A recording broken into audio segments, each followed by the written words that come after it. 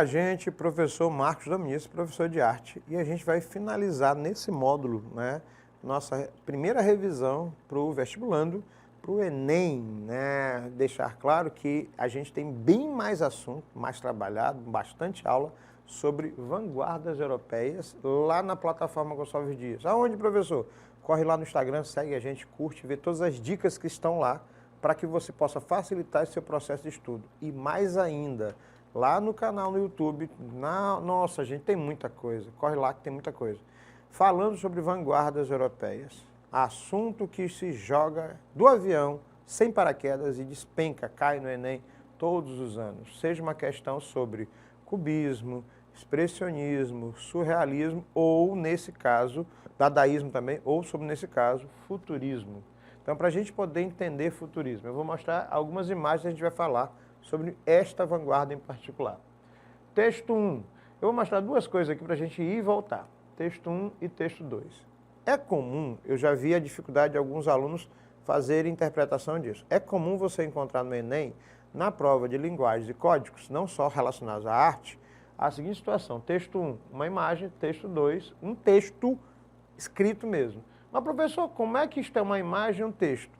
Leitura visual. O que é leitura visual? É o que vocês fazem nas redes sociais, menino. Como assim, professor? Tu tá passando lá foto naquela rede social que tu ama, né? Quando você para e tem uma foto de alguém que tu achou lindo, linda, maravilhoso, maravilhosa, você já fez a primeira leitura visual. Por que aquela imagem chamou a atenção? Por que parece tão bonito? Tem um filtro? Professor, o que é filtro? É uma pintura digital, né? A gente tem amigos que praticamente ficam com a cara de mármore aqui, que a gente conhece, né? Tem conhecidos que passam filtro e dizem assim, a mesma pessoa? Tem filtros até que mudam a cara da pessoa, inclusive mudam o gênero, para você ter uma noção. Então, nesse caso, a gente leva em consideração a leitura visual do que eu estou vendo, do que me parece, o que a pessoa quis fazer e como essa imagem ou essa mensagem chegou a mim. Professor, tem algum local onde eu possa ter mais uma informação sobre leitura visual? Novamente, está cheio de material sobre leitura visual que é necessário, é essencial para vocês fazerem uma boa prova no Enem. Texto 1. A hieroglífica dinâmica do Bal Tabarim de Dino Teverini. Né? Eu não entendi, foi nada. Pois é. O futurismo... Tá, eu vou passar para o segundo texto, depois a gente volta para o futurismo. Está no Museu de Arte Moderna, a gente volta já nessa imagem aqui. Texto 2. A existência dos homens criadores modernos é muito mais condensada e mais complicada do que a das pessoas dos séculos precedentes. A coisa representada por imagem fica menos fixa. O objeto em si mesmo se expõe menos do que antes. Uma paisagem rasgada por um automóvel ou por um trem perde em valor descritivo, mas ganha em valor sintético. O homem moderno registra 100 vezes mais impressão do que o artista do século XVIII. Fernand Léger, quando ele fala sobre o futurismo. É engraçado que esse texto ele foi escrito em 1989, no século XX. Em 1989, euzinho e todas as pessoas aqui no estúdio já estávamos vivos. Só que 1989 é um período de transição e início de uma coisa que a gente utiliza com muita facilidade, que nós estamos utilizando neste exato momento.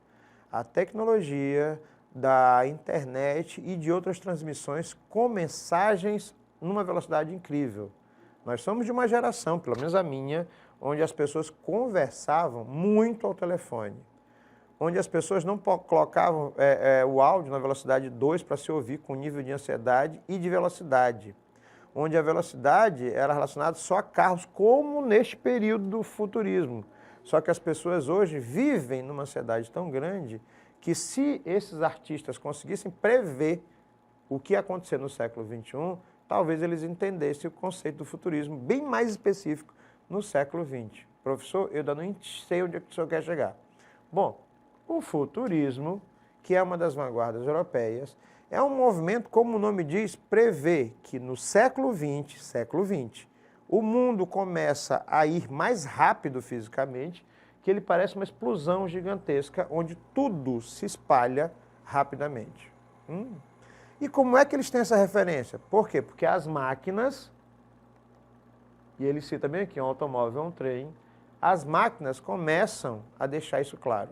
Só que ele falava sobre isso no início do século XX, onde a máquina mais rápida, o automóvel, chegava a velocidade fantástica, absolutamente incrível de 40 km por hora. Se 40 km por hora, hoje, para alguns de vocês, é um carro se arrastando no meio da avenida, imagine quando eles começassem a pensar que a gente não consegue viver sem olhar mensagens ou informações de alta velocidade. Ou num período, por exemplo, que a internet demorava horas, era lenta demais para poder processar, onde você surtava.